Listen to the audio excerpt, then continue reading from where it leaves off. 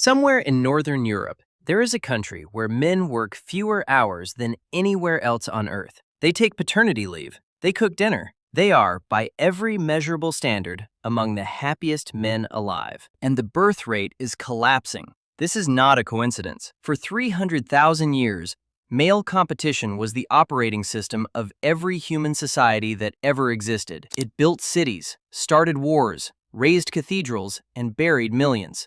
It was ugly, and it was useful, and nobody had to design it. It ran on its own. And now, for the first time in history, several societies are quietly trying to turn it off. What they found when they did is not what anyone expected. In 1967, a psychologist named Lionel Tiger published a book that made a lot of people uncomfortable. He had spent years studying primate behavior and arrived at a conclusion that nobody in academic circles wanted to hear. Male bonding, he argued, was not a cultural invention. It was a biological structure, as old as the species, as necessary as food. Remove that structure, and something in the male nervous system began to quietly shut down. Nobody cited him much at the time. They are citing him now. The data started arriving in the 1990s. Researchers studying testosterone levels in men across different cultures noticed something strange. Men who were unemployed showed lower testosterone than men who worked the same number of hours at jobs they hated. Men who lost competitions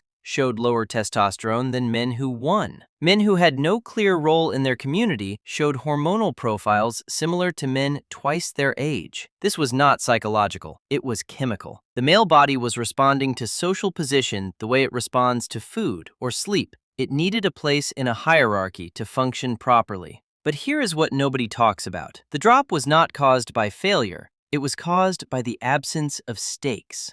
A man who loses a hard fight recovers his testosterone within hours. His body reads the loss as information. There was a contest. He participated. He will try again. But a man who never enters the contest at all shows a different pattern, a slower, quieter decline, as if the body has decided there is nothing left worth preparing for. The nervous system does not distinguish between a man who lost and a man who gave up. It only notices when the game stops entirely. Anthropologists who study the Hadza, the hunter-gatherers in Tanzania who still live the way every human lived before agriculture, have noted something about how Hadza men spend their days. The hunting mostly fails. Frank Marlowe documented this for decades. On any given day, most hunters come home empty-handed. A Hadza hunter might walk 20 miles, track a wounded animal for hours, lose it, and return to camp with nothing but sore feet and a small bird. And yet they go back out every single morning. The hunt is not really about the meat. The women gather more reliable calories every day without fail. They're the ones who actually feed the camp, and everyone knows it.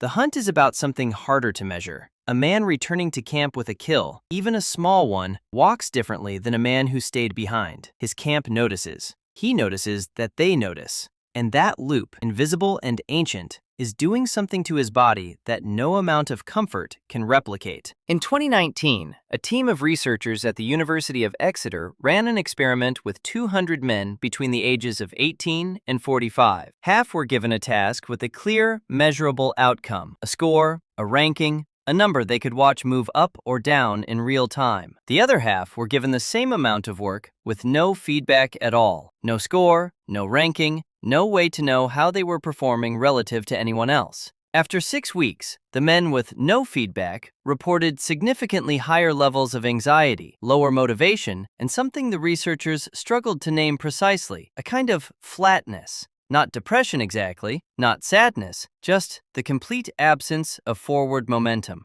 The body, one researcher wrote, did not know what it was supposed to be doing. It had no signal telling it whether to keep going or stop. This is the part that makes people uncomfortable, because the obvious interpretation is that men need hierarchy, that without winners and losers, without ranks and stakes, the male brain simply idles.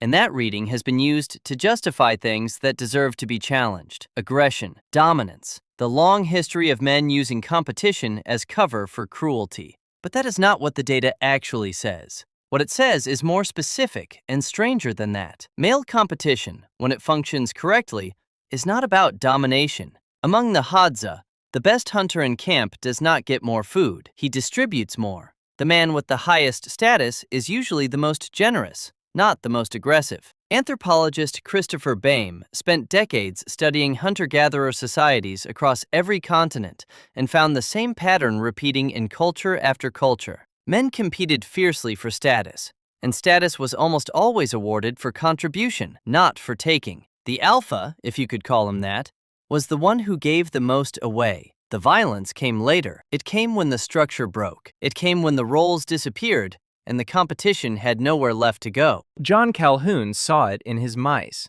When the population of Universe 25 outgrew the number of meaningful roles the colony could offer, the young males with nowhere to go did not become peaceful. They became something worse than violent. They became indifferent. They drifted into the center of the enclosure and stopped participating in the species entirely. They stopped fighting. They stopped mating. They stopped engaging with any mouse that crossed their path. They ate, they slept, and they groomed themselves obsessively until their fur was perfect and their lives were empty. Calhoun named them the beautiful ones. They were the healthiest-looking animals in the entire colony. They were also, functionally, the first ones to die. Calhoun was not studying mice. He knew that. In Japan, they have a word for it now. Hikikomori. Young men who retreat into their rooms and do not come out. Not for days, not for weeks, sometimes not for years. Japan counts over 1 million of them. South Korea has its own version. So does China. So does the United States, where the number of men between 25 and 54